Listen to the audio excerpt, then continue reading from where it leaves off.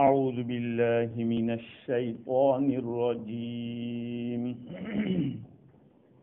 بسم اللہ الرحمن الرحیم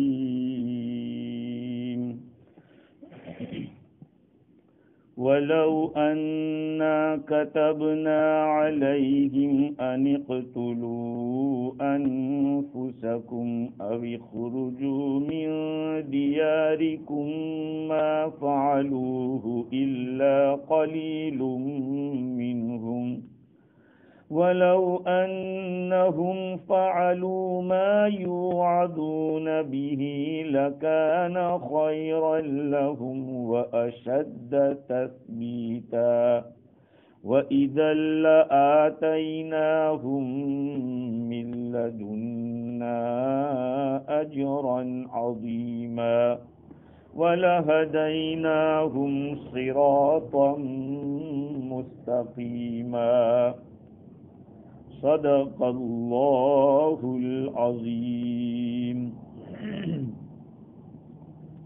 معزز سامعین، بزرگوں، پیارے بھائیوں،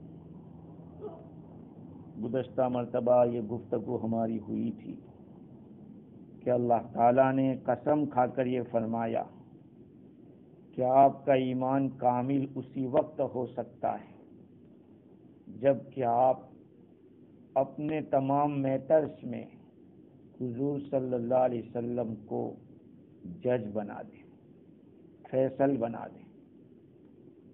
اور فیصل بنا دینا ہی کافی نہیں، بلکہ اپنے دل کے اندر کسی قسم کی کوئی تنگی محسوس نہ کرے۔ حضور نے فیصلہ کر دیا، بس بات خلاص، اور اپنا آپ کو پورا سرنڈر کر دے، اپنے آپ کو پورا تابع کر دے اللہ کے نبی کے، تب جا کے ایمان ہوگا کامل، باقی نہیں ہو سکتا۔ آج جن آیتوں کو پڑھا ہے، ان آیتوں کا ماقبل سے یہی تعلق ہے کہ اللہ تعالیٰ نے منافقوں کو اخلاص کی طرف دعوت دی ہے اور نفاق کو چھوڑنے کا حکم دیا ہے۔ آپ جانتے ہیں کہ حضرت زبیر ابن عوام رضی اللہ تعالیٰ عنہ کا وہ واقعہ جن میں حضور نے فیصلہ کیا تھا کہ پانی پہلے تھوڑا آپ پلا دو پھر اس کو دے دو، وہ انصاری صحابی، جب فیصلہ ہوا تو کسی نے کہا کہ بھئی کیا ہوا؟ کہا کہ پھوپھی کے لڑکے کا فیصلہ ہو گیا، فیور میں یہ لفظ کہا۔ تو اس کے اوپر یہودی نے سنا اور کہا کہ دیکھو، ایسے تو نبی مانتے ہیں اور ان کے فیصلے پہ راضی نہیں۔ اسی وقت تو یہ آیت اوپر والی نازل ہوئی تھی۔ اللہ تعالیٰ نے یہ فرمایا کہ اگر ہم چاہتے کہ ان لوگوں پر فرض کر دیتے، ان منافقوں کے اوپر، کہ اپنے آپ کو قتل کرو، یا یہ کہ اپنے گھروں سے نکل جاؤ، ہم چاہتے تو یہ حکم کر دیتے، ہم ان کے اوپر فرض کر دیتے۔ نہیں کیا ہم نے آسان مسئلے رکھے تمہارے لیے، تو شکر کرنا چاہیے۔ ہم چاہتے تو ان کے اوپر یہ فرض کر دیتے۔ اگر ایسا کر دیتے کہ تمہیں اپنے آپ کو قتل کرنا حکم ہے اللہ کا، قتل کرو اپنے آپ کو، تو کیا کرتے؟ یا یہ کہ اپنے گھروں کو چھوڑ کے نکل جاؤ، اگر یہ حکم دے دیتے تو ان منافقوں پر دشوار ہو جاتا۔ لیکن اللہ نے ایسا نہیں کیا۔ بنی اسرائیل کو تو اللہ تعالیٰ نے حکم دیا تھا کیا جو گناہ کیا تھا کہ اس کی سزا یہ ہے کہ اپنے آپ کو مار ڈالو، قتل کر ڈالو اپنے آپ کو۔ خودکشی تو حرام ہے، لیکن اگر شریعت کا حکم ہو جاتا تو کیا کرتے؟ دشوار ہو جاتا۔ جب اللہ نے ایسا نہیں کیا اور رحمت کا معاملہ کیا تو شکر کرو اور چپ چاپ مانتے رہو، اللہ کی نبی کی بات کو سن کر کرتے رہو چپ چاپ عمل۔ اللہ سخت سے سخت حکم لا سکتا تھا، لیکن اس نے رحم کا معاملہ کیا۔ تو اس آیت میں اللہ تعالیٰ نے منافقوں کی جو اوپر کی حرکت تھی اس حرکت کے اوپر دعوت دی ہے. ترجمہ دیکھیے، وَلَوْ أَنَّا كَتَبْنَا عَلَيْهِمْ أَنِ اقْتُلُوا أَنفُسَكُمْ أَوِ اخْرُجُوا مِنْ دِيَارِكُمْ مَا فَعَلُوهُ إِلَّا قَلِيلٌ مِّنْهُمْ. اگر ہم ان لوگوں پر فرض کر دیتے کہ تم اپنے آپ کو قتل کرو یا تم نکل جاؤ اپنے گھروں سے، تو اس کام کو نہ کرتے مگر ان میں سے تھوڑے لوگ. کچھ لوگ ہی کرتے، سب نہیں کرتے. اب یہ مفسرین کی رائے میں اختلاف ہے کہ یہ آیت کس کے بارے میں نازل ہوئی ہے. ہم فرض کرتے، کن پر فرض کرتے؟ تفسیر روح البیان میں اس کے بارے میں دو قول لکھے. ایک قول تو یہ لکھا ابن عباس رضی اللہ تعالی عنہما مجاہد کا کہ منافقوں کے بارے میں کہا گیا ہے. اللہ تعالیٰ نے بنی اسرائیل کے اوپر لکھا تھا کہ اپنے آپ کو قتل کریں، اور مہاجرین کے اوپر لکھا کہ اپنے گھروں کو چھوڑ کر نکل جاویں. یہ کیا ان لوگوں نے. اللہ تعالیٰ فرماتے ہیں کہ اگر ہم ان منافقوں کے اوپر یہ کر دیتے تو بہت کم لوگ کرتے. ایسا کم کیسے کرتے؟ دکھلاوے کے لیے کرتے. منافقین بھی تو نماز میں آتے تھے. منافق، ان المنافقین یخادعون اللہ وہو خادعهم، یہ منافق لوگ اللہ کو دھوکہ دیتے ہیں، اللہ بھی ان کے ساتھ ایسی چال چلتا ہے. جب وہ نماز کو کھڑے ہوتے تو سستی کے ساتھ کھڑے ہوتے، لوگوں کو دکھاوے کے لیے. عشاء کی نماز میں پتہ نہیں چلتا رہا کہ کون آیا کون نہیں. اس زمانے میں لائٹ تھوڑی تھی، تو منافق لوگ فجر اور عشاء میں گلی مار دیتے تھے، کیونکہ وہاں کا پتہ تھا ظہر اور عصر میں تو لوگ دکھتے ہیں تو آ جاتے تھے. تو اگر قتل کی بات آتی تو منافق لوگ دکھاوے کے لیے اگر کچھ کر ڈالتے. یہ ایک قول ہے. دوسرا ایک قول یہ ہے کہ اللہ تعالیٰ فرماتے ہیں کہ اگر سارے لوگوں پر ہم یہ فرض کر دیتے کہ تمہیں اپنے آپ کو قتل کرنا ہے اور اپنے گھروں کو چھوڑ کے نکل جانا ہے، سارے لوگوں پر اگر ہم لازم کر دیتے تو بہت کم ہوتے جو اس کو کرتے. اس میں مومن بھی آ گیا، منافق بھی آ گیا. لیکن تفسیر مظہری کے اندر قاضی ثناء اللہ پانی پتی رحمۃ اللہ علیہ بہت ہی شد و مت کے ساتھ فرماتے کہ ایمان والوں کو اس میں داخل مت کر، کیونکہ ایمان والوں کو داخل کریں گے تو صحابہ بھی داخل ہو جائیں گے، اور صحابہ تو سارے کے سارے صحابہ مخلص تھے. انہوں نے سب لٹایا اور سب قربان کر دیا، وطن بھی چھوڑ دیا، سب کچھ کیا انہوں نے. اس لیے صرف منافقوں کے بارے میں سمجھو یہ آیت کہ منافقوں کے بارے میں کہ اللہ تعالیٰ فرماتے کہ ان منافقوں پر ہم لازم کر دیتے کہ اپنے آپ کو قتل کرو، تو یا یہ کہ اپنے گھروں سے نکل جاؤ، تو نہیں کرتے، مگر بہت کم لوگ ایسا کرتے. روایت میں ہے ثابت بن قیس بن شماس رضی اللہ تعالیٰ عنہ کا مناظرہ ہو گیا ایک یہودی کے ساتھ،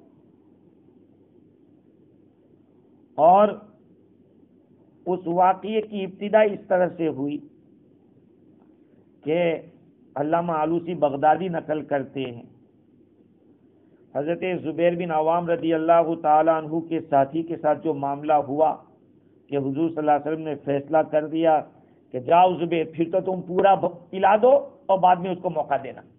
یہ انصاف ہے. پہلے تو مروت والی بات تھی، اخلاق والی بات تھی کہ تم تھوڑا پلا دو، اس کو موقع دے دو. اب صحیح فیصلہ ہے کہ آپ پورا پلاؤ، بعد میں اس کو موقع دو. جو شریف اگر قاضی کے پاس فیصلہ جائے یہی جائے ہوگا.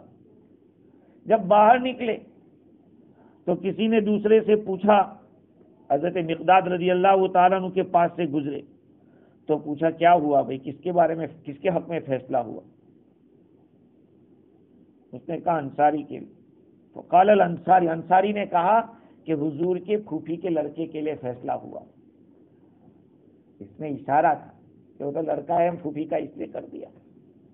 یہ اشارہ تھا. اس بات کو ایک یہودی نے سنا اور یہ جب وہ بات کر رہے تھے انصاری، تو انہوں نے زبان میں اپنے جبڑے پہ ایسا کچھ مڑوڑ کے کہا، کچھ ایسا اشارہ کیا جیسے ان کو پسند نہیں آیا یا کیا ہوا۔ اس یہودی نے یہ کہا، مقداد رضی اللہ تعالیٰ کے ساتھ تھا، اس نے کہا کہ کیسے لوگ ہیں کہ ایسے تو اللہ ان کو غارت کرے، ایسے تو نبی مانتے کہ اللہ کے رسول ہیں اور ان کے فیصلے کے اندر تہمت لگاتے، آپ نے جو فیصلہ کیا اس کے بارے میں حضور پہ تہمت لگاتے۔ اللہ کی قسم ہم وہ قوم ہے کہ ہم نے ایک دفعہ گناہ کیا تھا، اللہ تعالیٰ کی نے حضرت موسیٰ علیہ السلام کی زندگی کے اندر حکم دیا، ہم کو توبہ کی دعوت دی کہ توبہ کرو، اور اس توبہ کے لیے ایک دوسرے کو قتل کرنے کا حکم دیا، اپنے آپ کو قتل کرنے کا حکم دیا۔ ہم نے ایک دن میں 70,000 آدمیوں کو آپس میں قتل کر دیا، 70,000 آدمی، ہم لوگ ایسے۔ تو پھر صحابہ کرام تھے، انہوں نے اپنے اپنے مطابق جواب دیا۔ کئی صحابہ کرام کی طرف نسبت کی گئی ہے۔ حضرت ثابت بن قیس بن شماس رضی اللہ تعالیٰ عنہ فرماتے ہیں کہ جب اس نے یہ کہا یہودی نے کہ محمد تمہیں قتال کا حکم دیتے، تم لوگ پیچھے ہٹتے ہو، فرمایا کہ اللہ کی قسم دیکھ، حضرت نبی اکرم صلی اللہ علیہ وسلم اگر مجھے حکم دے دے کہ تو اپنے آپ کو قتل کر ڈال تو ضرور میں کر دوں گا۔ اس وقت اللہ تعالیٰ نے یہ آیت نازل فرمائی کہ اگر ان کو کہہ دیا جاتا تو بہت کم لوگ کرتے، اور کر لیتے تو کیا فائدہ ہوتا؟ قرآن بتا رہا ہے کہ 4 فائدے ہوتے ان کو، اگر ہمارے کہنے پر چلو گے تو 3-4 فائدے ہوں گے۔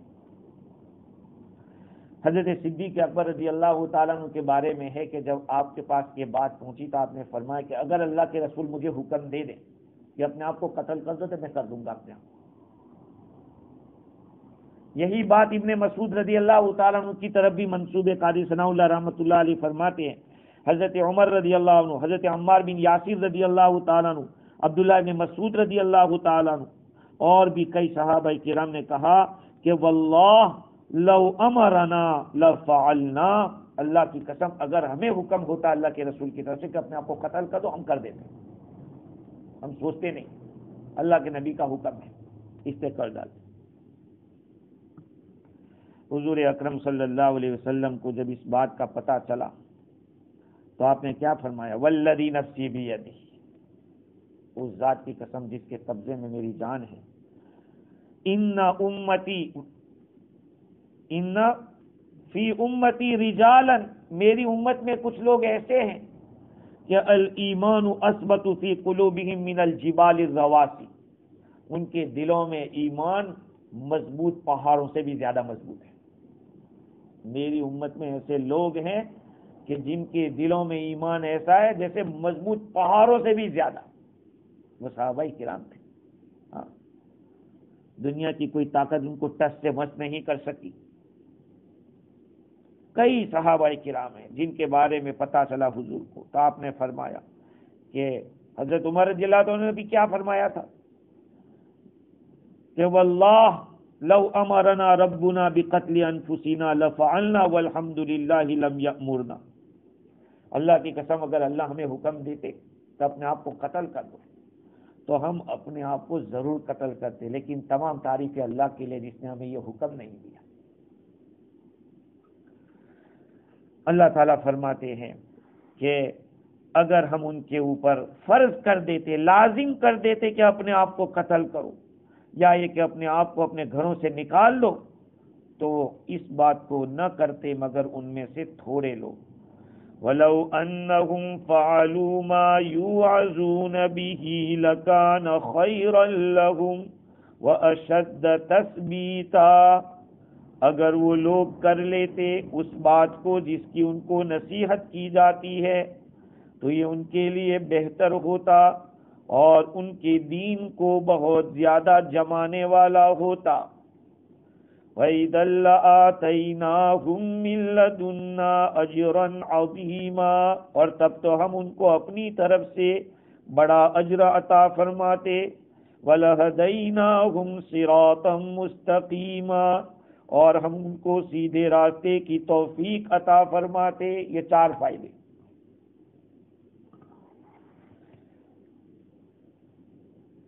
مولانا ادریس کاندھلوی نور اللہ مرقدہ نے لکھا ہے کہ آیت کا مطلب یہ ہے کہ صادق الایمان وہ شخص ہے جو خدا کی راہ میں جان دینے اور وطن سے ہجرت کرنے میں دریغ نہ کرے.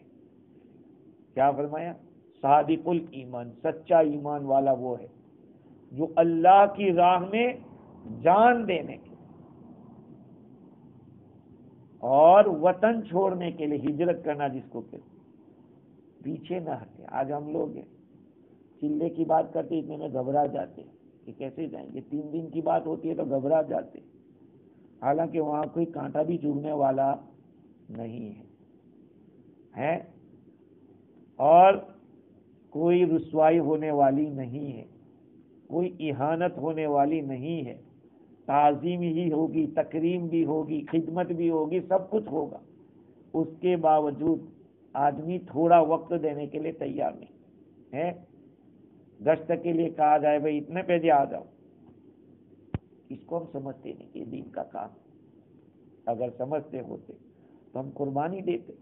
دیکھو یہاں کہا مولانا کاندھلی یہی فرماتے کہ صادق الایمان، سچے ایمان والا جو ہوتا ہے وہ جان دینے کے لیے بھی دریغ نہیں کرے. مرنا تو ہے ہی ایک دفعہ، لیکن خدا کی راہ میں اگر مرنا ہو تو اس سے بہتر کوئی موت نہیں ہے. اور یاد رکھو اگر کسی کے دل میں یہ جذبہ نہیں ہے کہ اگر موقع آیا تو میں خدا کے لیے جان بھی پیش کر دوں گا، اگر یہ جذبہ نہیں ہے اور آدمی دنیا سے چلا گیا تو وہ اچھی موت نہیں ہے. اگر یہ جذبے کے بغیر گیا ہے دنیا سے تو وہ اچھی موت نہیں گیا، کیونکہ جان بھی اسی کی دی ہوئی ہے، مال بھی دیا ہوا اسی کا ہے.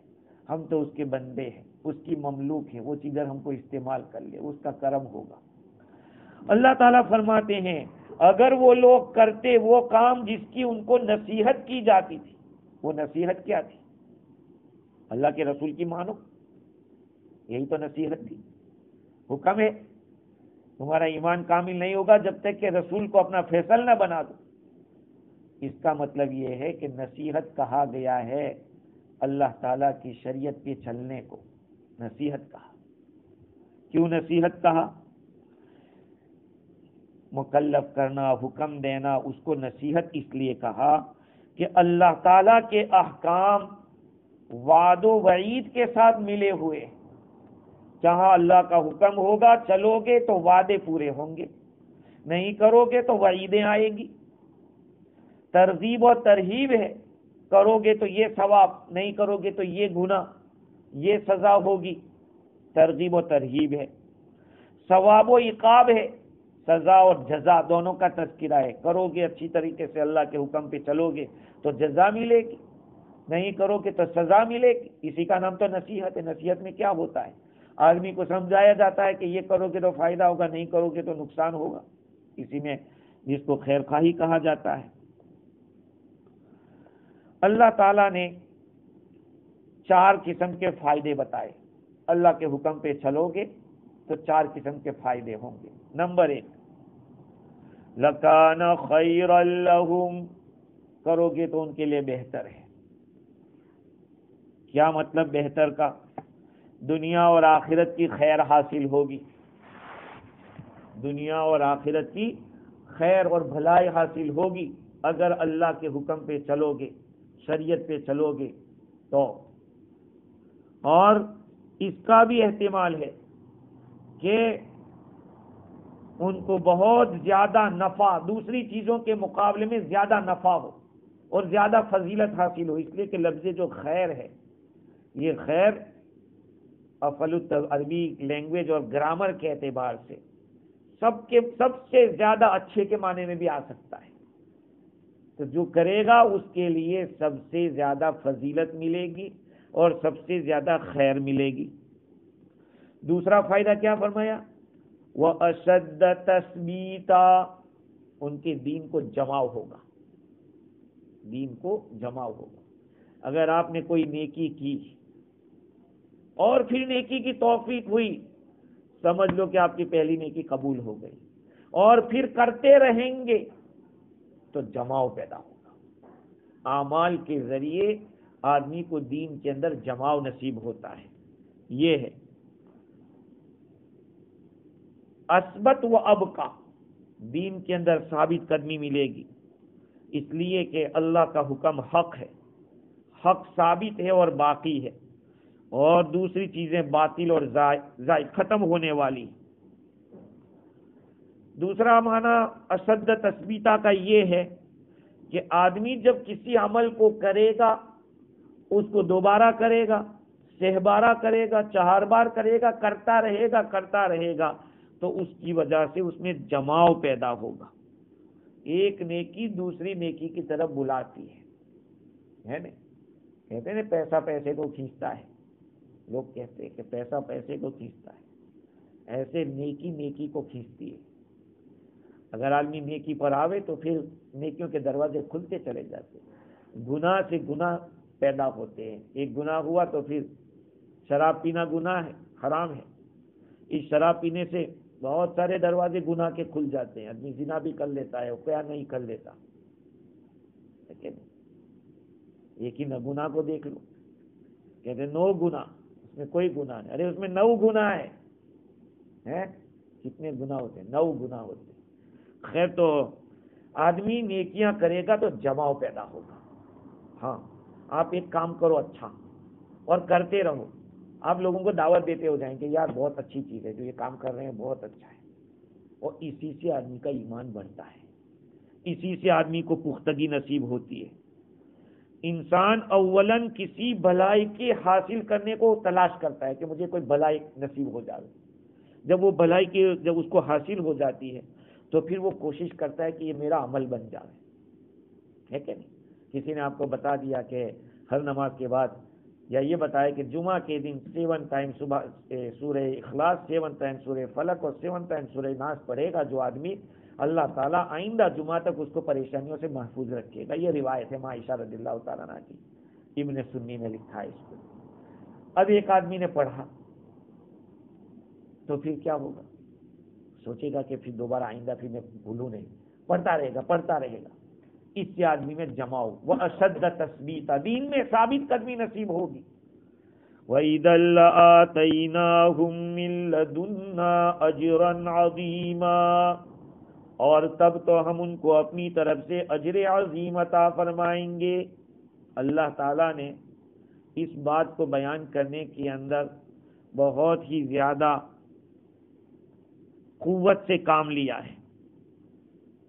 وَإِذًا لَآتَيْنَاهُم، اگر اخلاص کے ساتھ عمل کرو گے تو یہ تمہارے لیے بہتر ہے، نفاق کے مقابلے میں آپ کو ثابت قدمی ملے گی، بقا ملے گا، اور اس کے ساتھ ساتھ اللہ تعالیٰ نے فرمایا کہ بہت بڑا اجر دیں گے، اور ہم دیں گے، آتیناہم، ہم دیں گے، کہاں سے؟ ہماری طرف سے دیں گے، اور کیا دیں گے؟ اجر عظیم دیں گے۔ اللہ تعالیٰ وعدہ کر رہے، اور اس میں تین قسم کی بڑائیاں بیان کی۔ آتینا، ہم دیں گے، ایک نہیں کہا کہ میں دوں گا، ہم دیں گے، اور من لدنا، اپنی طرف سے دیں گے، یہ نہیں کہ کسی کو کہہ دیں گے کہ تم دے دو، یا کسی ایسے، اللہ تعالیٰ فرمائے کہ ہم اپنی طرف سے دیں، اور وہ بھی اجر عظیم عطا فرمائیں گے۔ اتنے سارے قرائن کے ساتھ اللہ تعالیٰ نے ثواب عظیم کو بیان کیا۔ ظاہری بات ہے، دنیا کے اندر اگر کسی کو کوئی تمغہ دیا جاتا ہے یا کوئی پرائز دیا جاتا ہے، بڑے آدمی کے تو کہا یہ پرائز تو ہمیں فلاں صاحب کے ہاتھوں دی گئی، آدمی اس کے اوپر پراؤڈ کرتا ہے۔ اللہ تعالیٰ فرماتے کہ ہم دیں گے وہ، اور پھر دوسری بات ہے کہ اپنی طرف سے، ظاہری بات ہے اللہ تعالیٰ وعدہ کر رہا ہے، اور اتنے وعدہ، ایک تو خود اپنی طرف سے، اور بڑا اجر، ما لا عین رات، ولا اذن سمعت ولا خطر علی قلب بشر، ایسی چیز دے گا جس کو آنکھوں نے دیکھا نہیں، ولا اذن سمعت کسی کان نے سنا نہیں، ولا خطر علی قلب بشر کسی انسان کے دل سے گزرا نہیں۔ آپ سوچیے وہ جنت کیسی ہوگی جس میں اللہ نے ایسی چیزیں رکھی، آنکھوں نے دیکھا نہیں، کانوں نے سنا نہیں، دلوں سے گزرا نہیں۔ ہم بہت بہت تو کتنا، چلو ہمارے دل میں بہت بہت تو کہاں تک بات آ سکتی ہے، جو دنیا میں دیکھی ہے وہی آ سکتی ہے، اس سے اوپر تو آ نہیں سکتی، اس سے اوپر نہیں آ سکتی، اس سے اوپر اللہ نے جنت میں رکھا ہے۔ یہ سارے نمونے ہیں دنیا میں جو ہے نا، یہ پھل اور جو کچھ ہم کھاتے ہیں وہ تو وہاں کے ایک نمونہ چھوڑا ہے، یہاں کا یہ حال ہے تو وہاں کا کیا حال ہوگا۔ آگے اللہ تعالیٰ نے فرمایا وَلَهَدَيْنَاهُمْ صِرَاطًا مُسْتَقِيمًا، اور ہم انہیں سیدھا راستہ، سیدھے راستے کی توفیق دیں گے، سیدھے راستے کی ہدایت دیں گے۔ اس میں دو قول ہیں، صراط مستقیم سے کیا مراد ہے؟ دین حق، اللہ تعالیٰ دین حق پہ چلائے گا۔ ایک تو آدمی یہ سوچ لیں کہ میں سوچ لوں کہ یہ سیدھا راستہ ہے۔ دنیا میں بہت ساری باتیں ایسی ہوتی ہیں کہ ہم سوچتے ہیں کہ یہ صحیح ہے، حالانکہ وہ غلط ہوتا ہے۔ ہمارے ماحول اور معاشرے کے اندر بہت ساری چیزیں ایسی چل رہی ہے جس کو ہم سمجھ رہے ہیں کہ صحیح ہے، حالانکہ شریعت کی نظر میں وہ غلط ہے۔ بہت سارے لوگ برتھ ڈے منانے کو بھی یہ سوچتے ہیں کہ یہ تو مسلمانوں کا ہے، ہاں، حالانکہ اسلام میں اس کا کیا درجہ ہے۔ لیکن اللہ تعالیٰ فرماتے کہ اگر تم یہ کرو گے، ہمارے کہنے پہ چلو گے، تو ہم تمہیں سیدھے راستے پہ چلائیں گے۔ وَلَهَدَيْنَاهُمْ، ہم ان کو چلائیں گے، ہم راستہ بتائیں گے، سیدھا راستہ۔ تو ایک یہ ہے جیسے کہ وَإِنَّكَ لَتَهْدِي إِلَىٰ صِرَاطٍ مُسْتَقِيمٍ، آپ سیدھے راستے کی طرف رہنمائی کرتے ہیں، صراط اللہ الذی، اللہ کا راستہ ہے جو سیدھا راستہ۔ دوسرا معنی یہ ہے کہ صراط مستقیم سے مراد قیامت کے میدان کے اندر جو راستہ ہوگا وہ ظاہری بات ہے، وہ راستہ کہاں پر ہے؟ جہنم کے پشت کے اوپر لگا ہوا ہے۔ کہاں ملتا ہے؟ جنت کو ملتا ہے۔ جہنم کے اوپر پل صراط رکھا ہے، اس پر ہر ایک کو گزرنا پڑے گا۔ مسلم شریف کی حدیث ہے کہ کچھ تو ایسے جائیں گے جیسے کہ بجلی ایسے آتی ہے چلی جاتی ہے، ایسے نکل جائیں گے کل برق،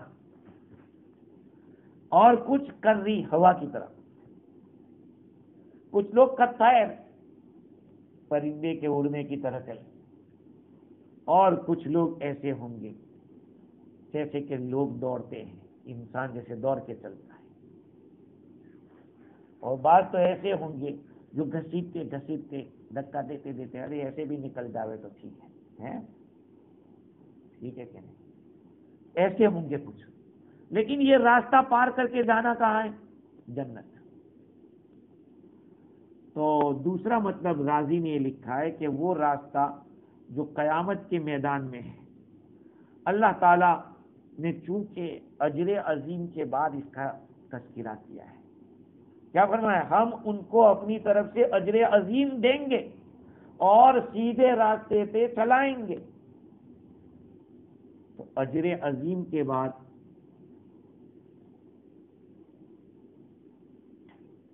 صراط مستقیم کا تذکرہ ہے۔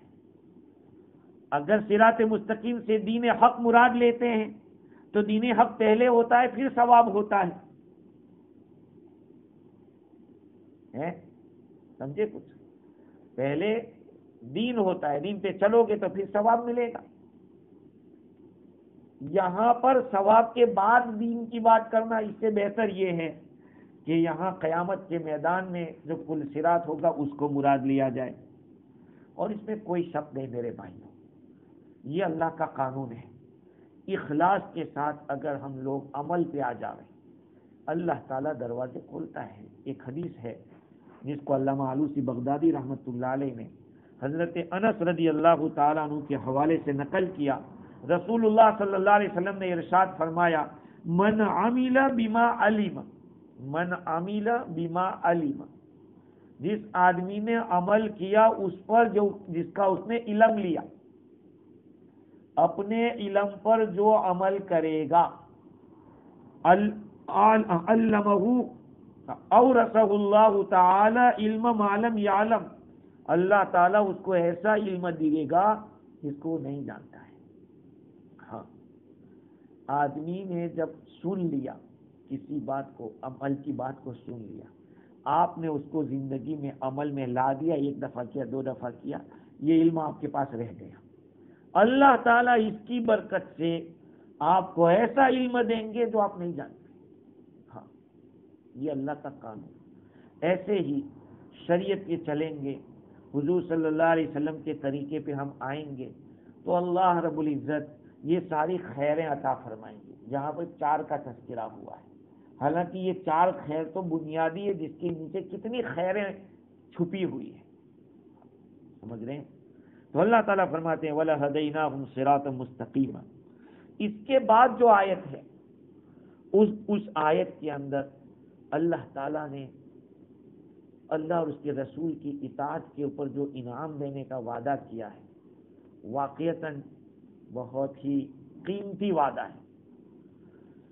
وَمَن يُطِعِ اللَّهَ وَالرَّسُولَ فَأُولَئِكَ مَعَ الَّذِينَ أَنْعَمَ اللَّهُ عَلَيْهِمْ، اور وہ لوگ جنہوں نے اللہ اور اس کے رسول کی اطاعت کی، وہ ان لوگوں کے ساتھ ہوں گے جن پر اللہ تعالیٰ نے انعام کیا ہے۔